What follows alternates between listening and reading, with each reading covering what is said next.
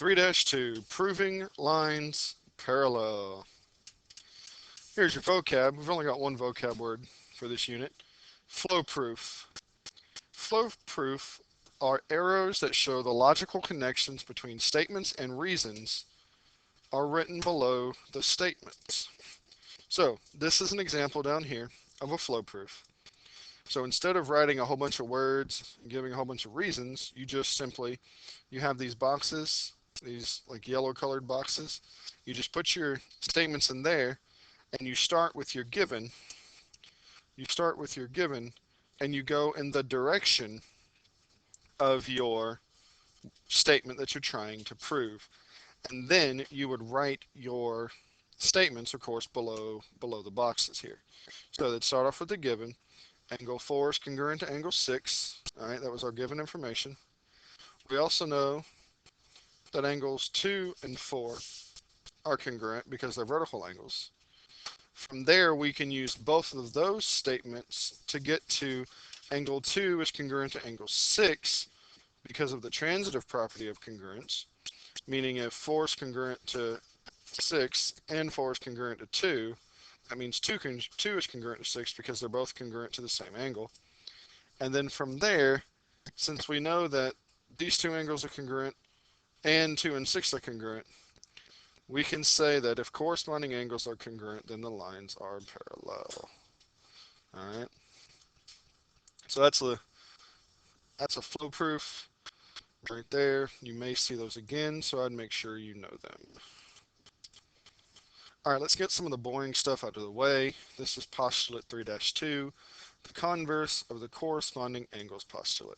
So the postulate says if two lines in a transversal form corresponding angles that are congruent, then the lines are parallel. How does that differ from the corresponding angles postulate? Well, before, what the corresponding angles postulate said is if these two lines are parallel, so you have the parallel marks, if these two lines are parallel, then these two angles are congruent.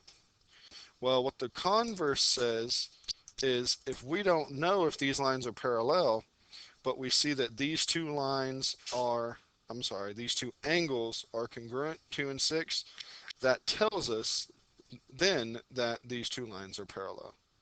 All right, so you can look at it either way. If you know the lines are parallel, you know the corresponding angles are congruent. If you don't know the lines are parallel, but corresponding angles are congruent, that forces the lines to be parallel. All right, theorem 3-4. It's the converse of the interior angles theorem. So the theorem says if two lines in a transversal form alternate interior angles that are congruent, then the two lines are parallel. So just like in the last case, if you don't know that line L and line M are parallel, like in this case they didn't mark it, so we can't assume it. But if we know that the alternate interior angles 4 and 6 are congruent, that is enough information to then tell us that line L and line M are in fact parallel. All right. 3-5, converse of the same-side interior angles theorem. You can also use this for the exterior angles theorem as well. All right, they'll both work. So it says if two lines in a transversal form same-side interior angles that are supplementary, then the two lines are parallel. So just like before, we don't know that lines L and M are parallel, but we know that angles 3 and angle 6 are supplementary, meaning they add to 180. So since we know that, that is enough information to then tell us that L and M are in fact parallel. And the last one, 3-6, the converse of the alternate exterior angles theorem says if two lines in a transversal form alternate exterior angles that are congruent, then the two lines are parallel. So again, we don't know these lines are parallel or not, but we know that angles 1 and 7 are congruent.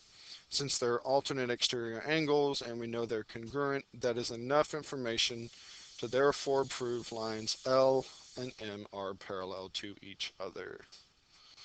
All right. So now that the boring stuff's out of the way, let's look at our airport chart here. It says the diagram on the right shows the O'Hare modernization program. which shows several runways in different configurations. If angle 1, right here, is congruent to angle 2, which is right here, oh, I kind of missed it a little bit, right here, are runways 9L and 9R parallel? Well, let's look. What kind of angles are 1 and 2? Well, they're on opposite sides of the transversal, because we can look at this as our transversal. So since they're on opposite sides, we know they're alternate. And since they're inside the two runways, we know they're interior. So we know that alternate interior angles are congruent. So we can use the converse of the alternate interior angles theorem to prove that runways 9L and 9R are in fact congruent. All right. Because again, we know that angle 1 is congruent to angle 2. So therefore, we can say that since alternate interior angles are congruent, then the lines, or in this case the runways, do have to be parallel, or are in fact parallel. All right. So what is the value for x for which A is parallel to B? Well, here we have same side interior angles, and by the converse of the same side interior angles theorem, A and B are parallel if these two angles are supplementary. So that means we need to take the 111, add it to the 2x plus 9, set it equal to 180. And then we just simply solve for the value of x. All right. So 111 plus 9 is 120, plus 2x equals 180. So subtract the 120 minus 120. So 2x equals 60. Divide by 2. Divide by 2. So x equals 30. So the value for x, which makes A and B parallel, is 30. Now, to check the work, what we can do is substitute it back in. 111 plus 2 times 30 plus 9, that should equal 180. We know 111 and 9 is 120, plus 2 times 30 is 60, equals 180. So 120 plus 60 is 180, and 180 equals 180. So check mark. We properly found the value for x. All right. So again, since we know that these are same side interior angles, we know in order for lines A and B to be parallel, these have to be supplementary.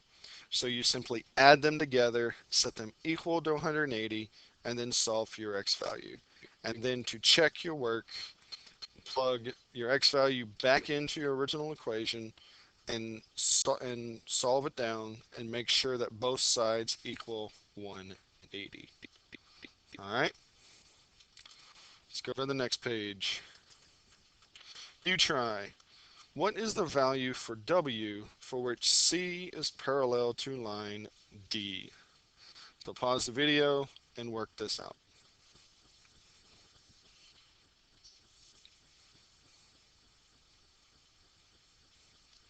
All right, so since these are what kind of angles? The corresponding angles.